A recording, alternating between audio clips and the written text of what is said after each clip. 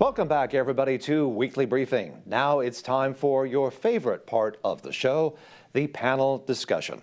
South Dakota Senator John Thune was selected to be Senate Majority Leader, taking over because GOP leader Mitch McConnell is retiring. Thune said in a news conference that Republicans need to unite to enact President-elect Donald Trump's agenda. Take a listen. Are on one team. We are excited to reclaim the majority and to get to work with our colleagues in the House to enact President Trump's agenda. We have a mandate from the American people, a mandate not only to clean up the mess left by the Biden-Harris-Schumer agenda, but also to deliver on President Trump's priorities. One point of order clarification: McConnell is retiring as Majority Leader, not from the Senate. He'll still be in the Senate for, I think he's up in 2 years. But anyway, Donna, what do you make of this change of leadership in the Senate? Is Thune a close ally of Mitch McConnell, or will he be a close ally of Donald Trump? Well, let me say this. He has no choice but to be a close ally of Donald Trump because the American people have spoken. They have 2 years to prove that they can govern the way the people want. Mitch McConnell did a lot of good things in terms of appointing judges, but he did a lot of things that were not so good, and the American people weren't happy with that. So right now, his mandate is to make sure he does what the voters want, because we could be Democratic. We could be in the same position that the Democrats are in right now if we don't listen to them, and the voters are mad, and they're going to make sure they hold everyone accountable. They want to see some action. It's interesting, John Elliott, so there's a mandate, but wasn't Rick Scott really Donald Trump's candidate? I mean, he had all those MAGA aficionados. You had Elon Musk, right, RFK Jr., you had Tucker, you had Sean Hannity. I mean, it seems like there was a proxy endorsement there, and yet he only got 13 votes on the first round of balloting, which was a secret ballot, by the way, in the Senate election. Indeed. Well, President Trump did not endorse Scott, but a lot of people around him did endorse Scott. But the bottom line is that it's a secret ballot, so he knew that there are swampier elements of the Senate, and so he's not going to go ahead and endorse a candidate when it may not win because he cannot make and advocate for a particular senator. So even though Rick Scott finished third in that initial balloting, the whole question here is, I agree that the Senate needs to get behind the MAGA agenda, because everybody in this country, he won the election by 5 million votes on the national popular vote, and then it was a complete blowout on the Electoral College, 306 back in 2016 up to 312 now. And so he has a mandate, and the Senate, if it's not going to go with President Trump, this is something that the American people are not going to tolerate that. And so it doesn't matter who the leader is. They need to work with Trump, and they cannot be the way Mitch McConnell did on everything other than his judicial appointments. So, Lee, John makes an interesting point. 312 electoral votes, 76 million in the popular vote. Is that enough to convince Mr. Thune that Mr. Trump has the mandate he needs to govern? It certainly was a mandate election, but let's remember the GOP has 53 seats in the Senate. They don't have 60 seats in the Senate. And so for Senator Thune as Majority Leader, his job becomes knowing his conference, making sure that with their votes, they're able to protect that majority and secure any sort of re-election in the future. I think that the other thing to note, again, agreeing with my colleagues here, the first 100 days are critical. This ultimately is insider baseball for Washington, D.C. What really matters are the issues for the American people, securing our border, high prices. So they've got to get to work right away. Getting to work right away, that is the question, and that is the whole point. Meanwhile, since becoming president-elect, Donald Trump has been busy selecting picks to hold positions in his upcoming administration. In a move to stop overspending, Trump created the Department of Government Efficiency, which will be led by Vivek Ramaswamy and Elon Musk. Musk has said he will fix the taxpayer money that is being wasted. Take a listen to this. I mean, at the end of the day, you're being taxed. You're being taxed. All government spending is taxation. So whether it's direct taxation or government spending, it either becomes inflation or it's direct taxation. Your money is being wasted, and the Department of Government Efficiency is going to fix that. We're going to get the government off your back and out of your pocketbook. John, was he channeling Ronald Reagan? I mean, I feel like that's a Reagan line. All government spending is a tax. Didn't Ronald Reagan say that? Well, he said that, and the American people were behind Ronald Reagan at that time. There's nobody better than Elon Musk and Vivek to run an efficiency, and especially Elon Musk. I mean, you see, he's the richest man on the planet for a reason, because he knows how to cut through bureaucracy. Just look at what he did with Twitter, now X. In a matter of months, he turned that around. He brought journalists in, spotlight all the problems, all the censorship that they were doing, and now people believe in that as a channel that is not going to start to filter everything. And so Elon Musk is somebody who knows how to cut through everything, and we're excited to see him there. A few more appointees that I would point out is, if you look at Mike Waltz as the National Security Advisor, we're excited with Pete Hegseth over at Defense. I mean, the swamp is going crazy over that one, but he's going to, once again, just like Elon Musk, cut through the red tape and really make America great again instead of make America for Raytheon again. Lee, the interesting choice here, I think, is the name of Matt Gaetz. He is a Florida congressman from the 1st Congressional District, which is that panhandle up there in the northern part of Florida. People sometimes say it's more like Alabama than it is like Florida. But he has been the designated choice for Attorney General. It seems like an out-of-the-box choice. What do you make of that? One of many out-of-the-box choices that we've seen so far, but President Trump, again, he's looking to shake up Washington, D.C. That was the mandate that he received from voters. And going back to Elon Musk, I mean, as Elon has said, this isn't a threat to democracy. This is a threat to the bureaucracy. We spent $1 trillion on interest payments last year from Washington, D.C., a budget that is, we spent $6.75 trillion. We've got to get a grip on that. But I also think the other point on these nominations, there's a seismic shift in generational changes. There are a lot of millennials that have been nominated. J.D. Vance is 40 years old. Elise Stefanik, 40 years old. Others, Vivek, 39. And so that is another exciting thing to see, just this change in this new wave of leadership coming into Washington. A new wave of leadership. We shall see how that goes. I wanted to add something. Yes. You know, one of the things I've said about the government agency, having worked both in private industry and a short stint in Washington, D.C., is that if most of these government agencies were private companies, they would have gone bankrupt already. The matrix that they use for success actually incentivizes more of what they're supposed to be eliminating.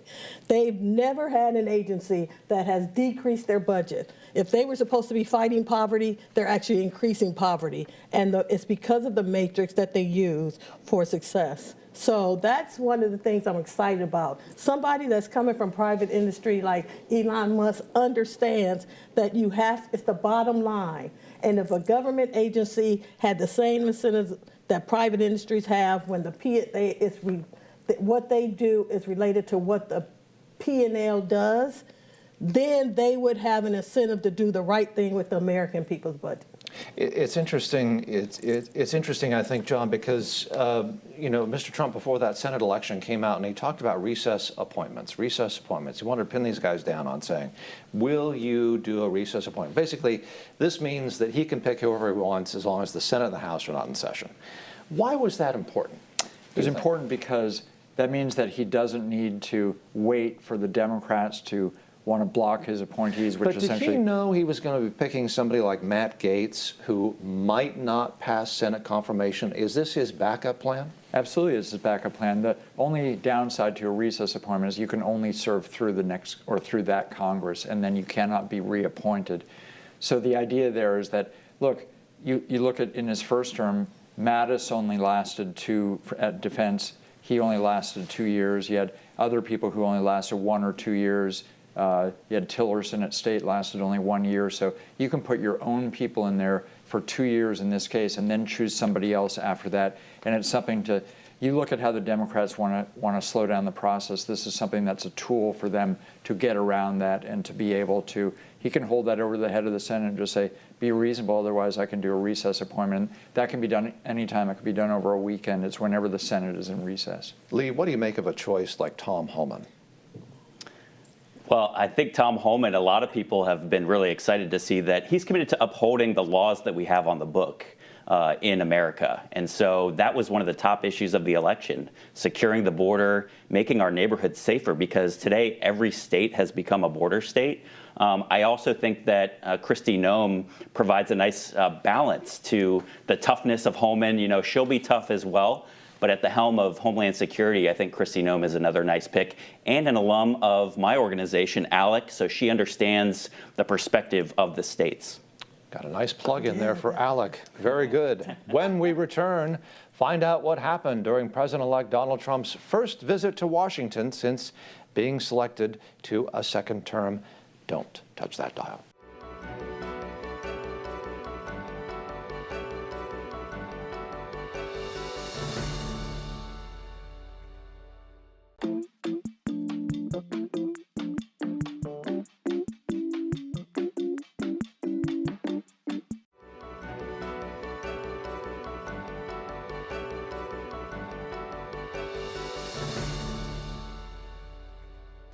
Welcome back, everybody. On Wednesday, President-elect Donald Trump visited Washington, D.C.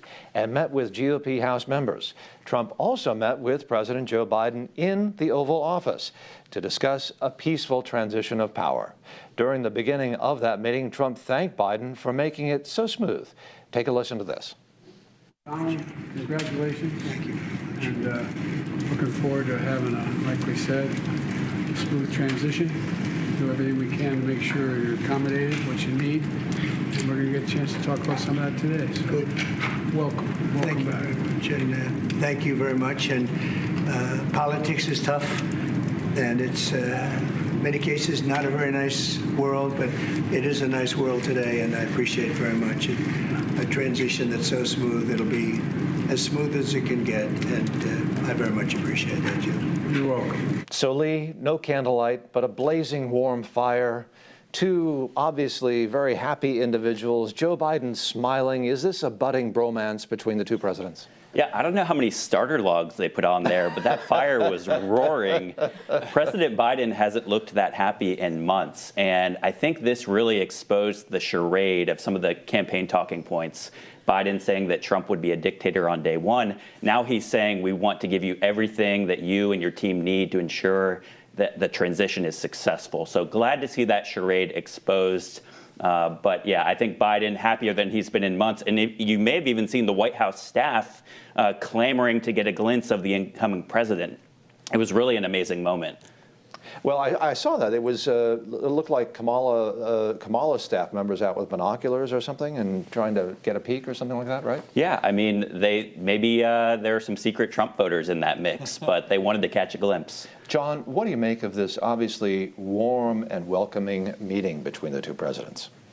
Well, look, this is something that, once again, Lee nailed it, because how can they believe the rhetoric, their own rhetoric, when they said that he was a dictator, he's going to be attacking people on day one, he's been jailing his friend or jailing the opposition, and this is something that it just exposed that, number one. But number two, in the White House there, Biden was very happy, and the reason why he was happy, looked happier than he has in a while, is because he realizes that they kicked him off in a totally undemocratic way, and so he now can go down in history claiming that he's the only Democrat who, quote unquote, beat President Trump, whereas we know what happened in terms of suppressing the laptop and everything else that leaned on that, just to say very, very clearly, on that election. But at least he's somebody who is occupying the position for the moment, and he's able to go to somebody who's legitimately elected with a total landslide. And what could he say other than that? But he's very happy about the Democrats getting a comeuppance for the way that they treated him. Well, Donna, as they say on late-night TV commercials, that wasn't all. Trump also spoke with the House GOP members and thanked them for their support. And we have a soundbite. I want you to talk about that in a minute.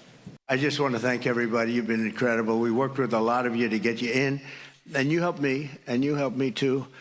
And my numbers were, so they say, the 129 years is the most important election in 129 years. That's pretty good. I said, who is the 129 years? What was that, Doc Ronnie? Who's 129 years ago? I'd never looked because it started at being 100, and then they upped it to that. But it's a great compliment. We won the majority by 7.1 million. We won, which is great. So what was the former president and the future president doing there? Was he polishing his mandate? What was that about, Donna?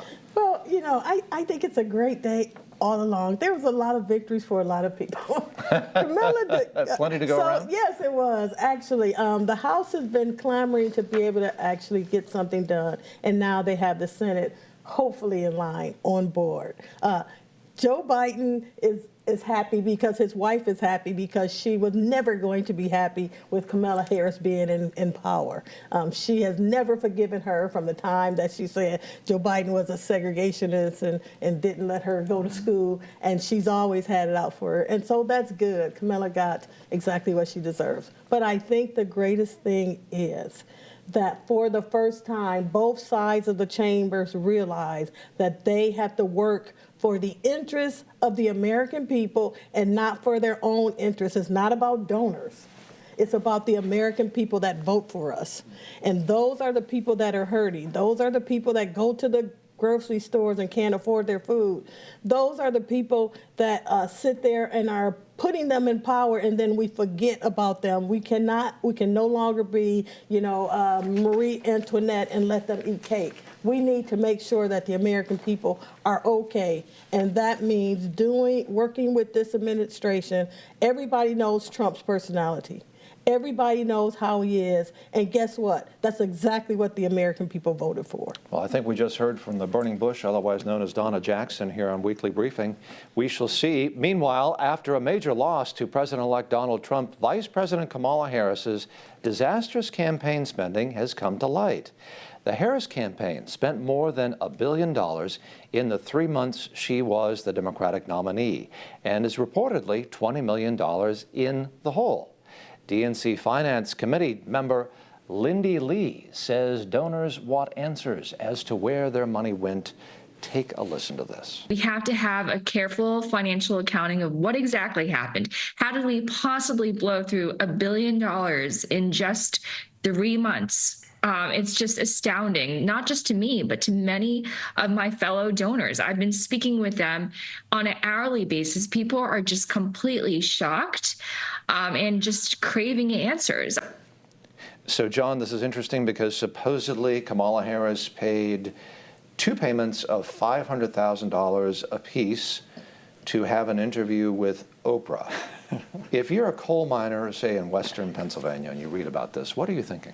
Well, this shows that they're the party of the elites. I mean, this is now, crocodile tears from some donor who says, hey, how come we got our $1 billion misspent, et cetera? But you're right, it's actually the small dollar donors that are, imagine if they are donating $10 to the Democrat Party. They're probably not doing that in West Virginia. They're donating to President Trump. But bottom line is that this shows this is a party that is totally bankrupt ideologically when it comes to the wokeness and it comes to transforming transgender craziness that's going on, and so they have no message to send to or to sell to the American people. But what they do have is they just show themselves to be absolutely terrible stewards of their own dollars. So how are they then going to be empowered to run the country and to be stewards of everyone's dollars as taxpayers? It's a joke, and people like that Democrat fundraiser should just decide to contribute to somebody like Donald Trump next time.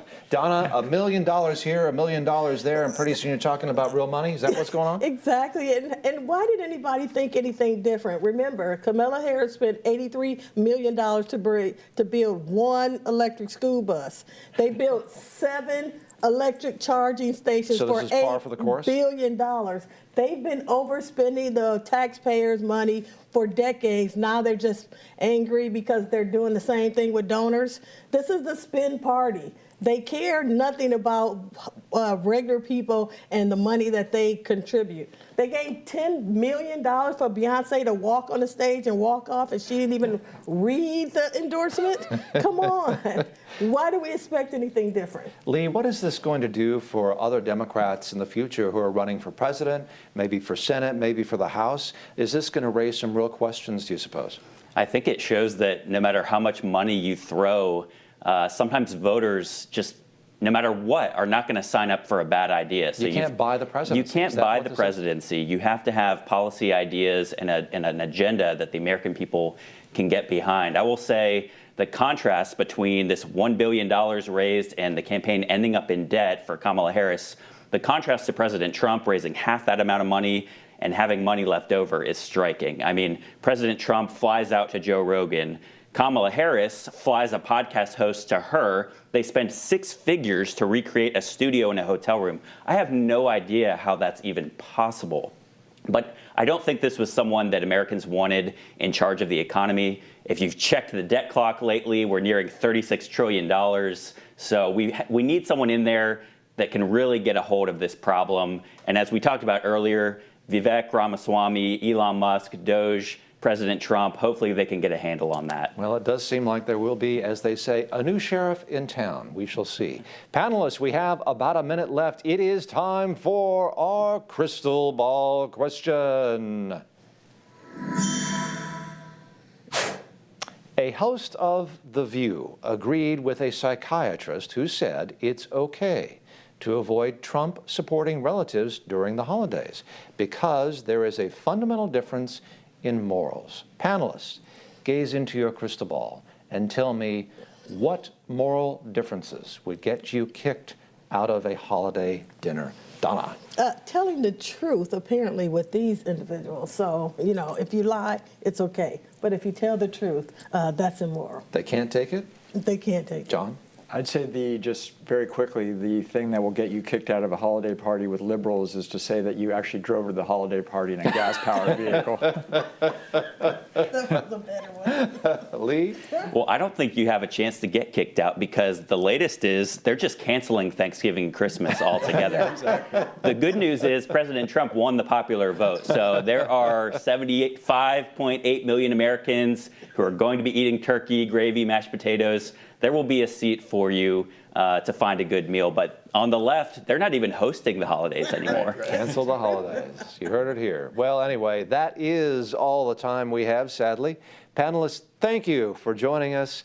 When we return, Senator Ron Johnson talks about the future of the U.S. Senate in the Trump era come January when Republicans take the majority. Do not touch that dial.